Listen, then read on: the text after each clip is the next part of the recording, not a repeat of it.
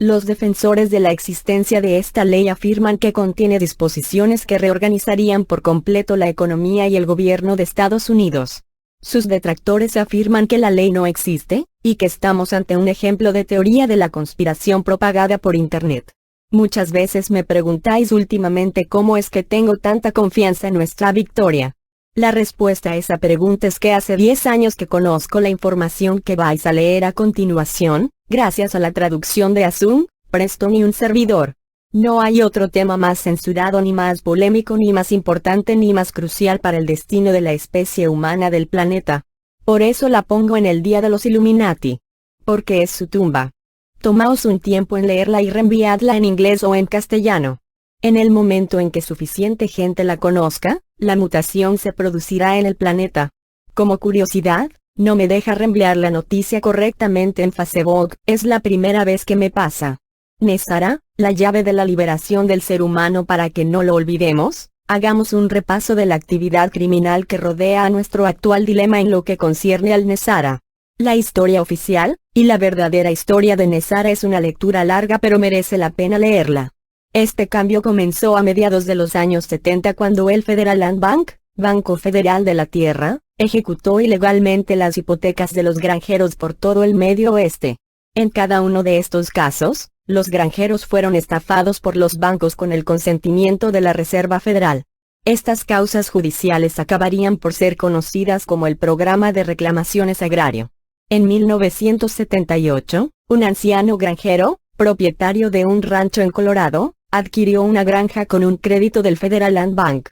Tras su muerte, la propiedad pasó a manos de su hijo, Royce Schwasinger Jr., que era un general del ejército retirado.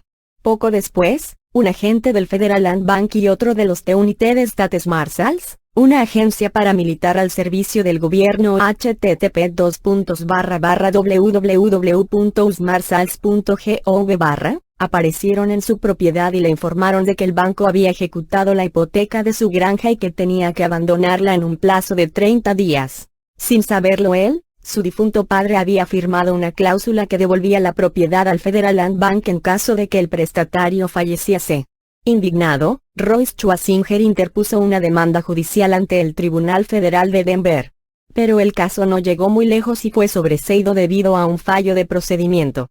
Ese fue lo que llevó a Royce Schwasinger a investigar a fondo el funcionamiento interno del sistema bancario.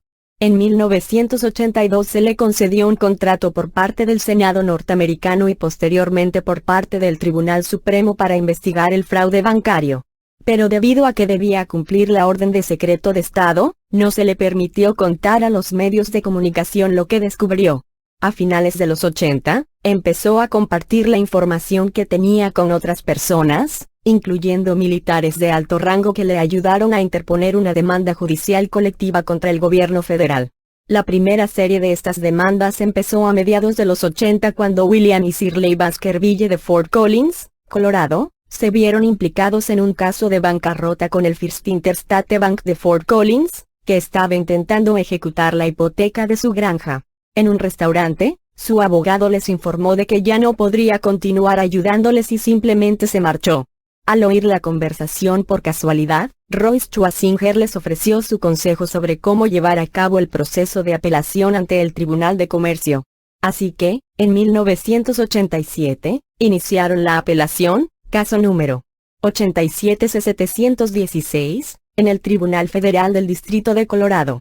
El 3 de noviembre de 1988, el Tribunal Federal de Denver sentenció que los bancos se habían estafado a los Baskerville y procedió a revertir la decisión de bancarrota. Pero cuando la propiedad embargada no se les devolvió, iniciaron un nuevo proceso judicial. Finalmente, otros 23 granjeros, propietarios de ranchos, e indios que habían sido timados por los bancos de la misma manera, se unieron al caso.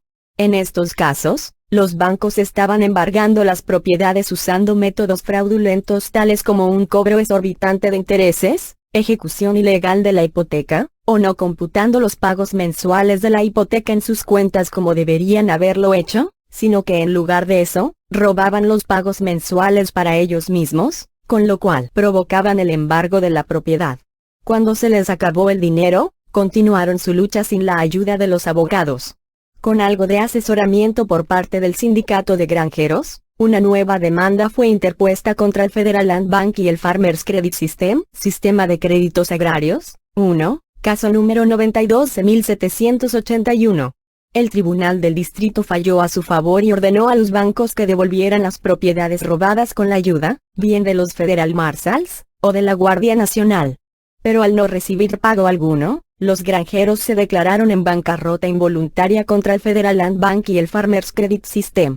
Los bancos apelaron su caso insistiendo en que ellos no eran una empresa, sino una agencia federal, y por tanto a ellos no les correspondía la responsabilidad de compensar por daños y perjuicios.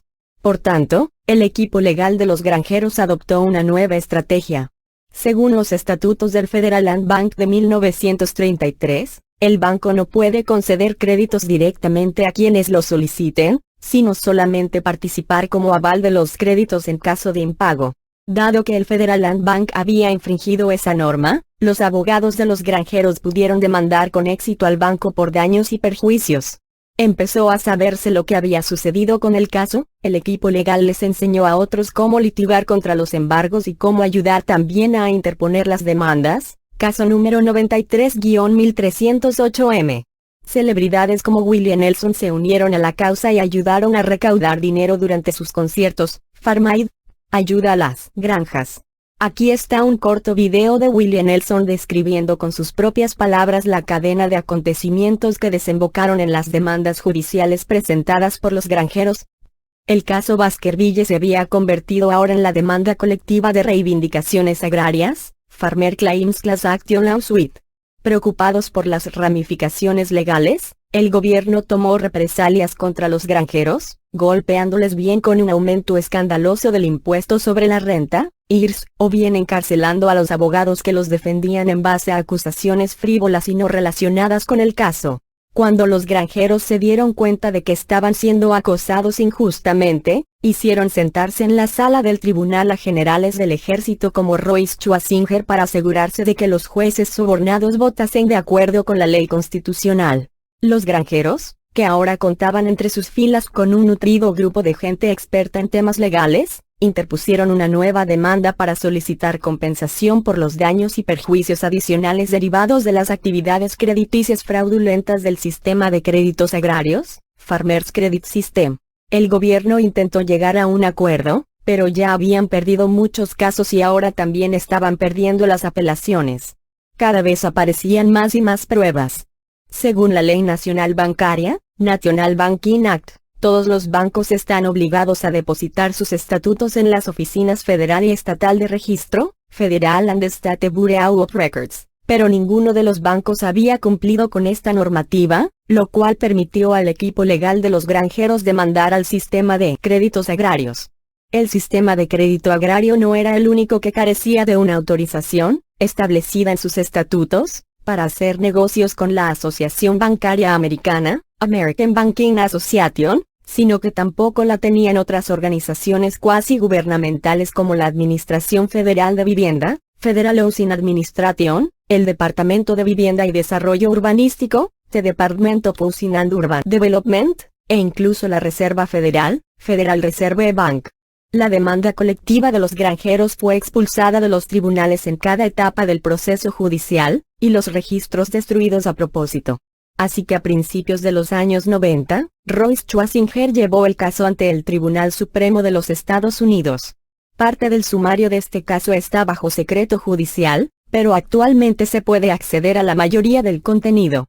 Casi unánimemente, los jueces del Tribunal Supremo de Estados Unidos sentenciaron que las reivindicaciones de los granjeros eran totalmente válidas, por tanto, todos los embargos realizados por el sistema de crédito agrario eran ilegales y todos aquellos cuyas hipotecas fueron ejecutadas tendrían que recibir compensación por daños y perjuicios. Además, sentenciaron que el gobierno federal americano y los bancos habían estafado a los granjeros, y a todos los ciudadanos norteamericanos, enormes cantidades de dinero y propiedades.